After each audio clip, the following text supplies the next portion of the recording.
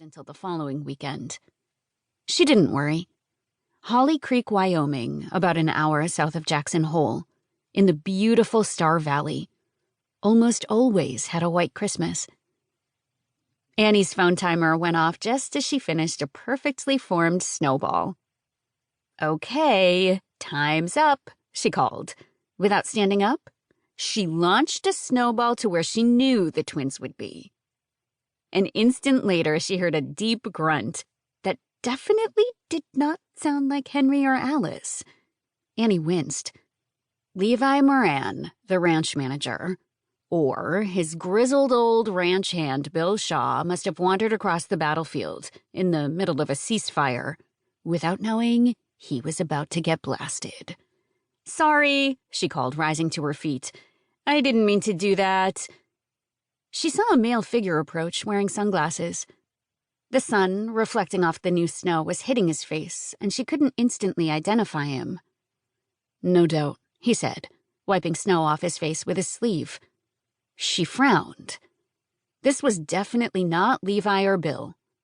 He stepped closer, and Annie felt as if an entire avalanche of snow had just crumbled away from the mountain and buried her. She knew this man, though it had been nearly 2 decades since Annie had seen him in person. It couldn't be anyone else. Dark hair, lean, gorgeous features.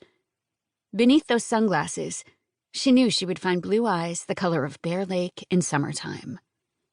The unsuspecting man she had just pummeled with a completely unprovoked snowball attack had to be Tate Sheridan, her de facto boss. The twins had fallen uncharacteristically silent, wary of a tall, unsmiling stranger. Henry, she saw, had moved closer to his twin sister and slipped his hand in hers. Annie's mind whirled, trying to make sense of what she was seeing. Tate Sheridan. Here. After all this time. She shouldn't be completely shocked, she supposed. It was his family's house, after all.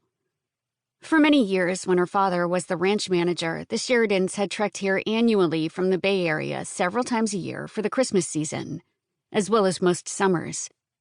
His younger sister had been her very best friend in the world, until tragedy and pain and life circumstances had separated them. She'd wondered, when she agreed to take the job, if she would see Tate again. She hadn't truly expected to. She had worked here for nearly a year, and he hadn't once come to his grandfather's Wyoming vacation ranch. How humiliating that he would show up when she was in the middle of a snowball fight with her niece and nephew, who had no business being there in the first place. "What are you doing here?" she burst out, then winced. She wanted to drag the words back. It was his family's property. He had every right to be there.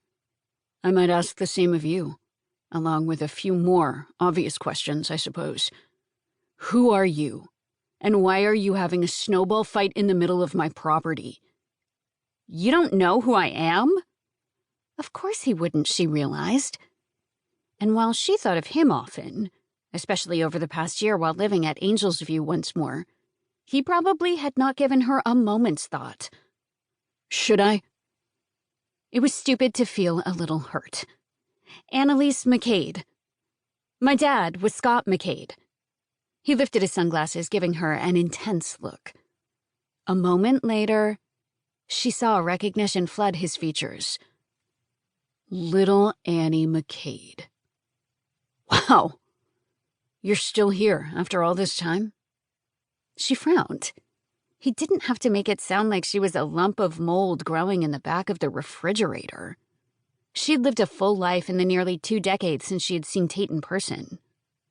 She'd moved away to California with her mother, struggling through the painful transition of being a new girl in a new school. She'd graduated from college and found success in her chosen field. She had even been planning marriage a year ago, to a man she hardly even thought about anymore. "Not really still here as much as here again. I've been away for a long time, but returned a year ago. Wallace, your grandfather, hired me to be the caretaker of Angel's View." She's up.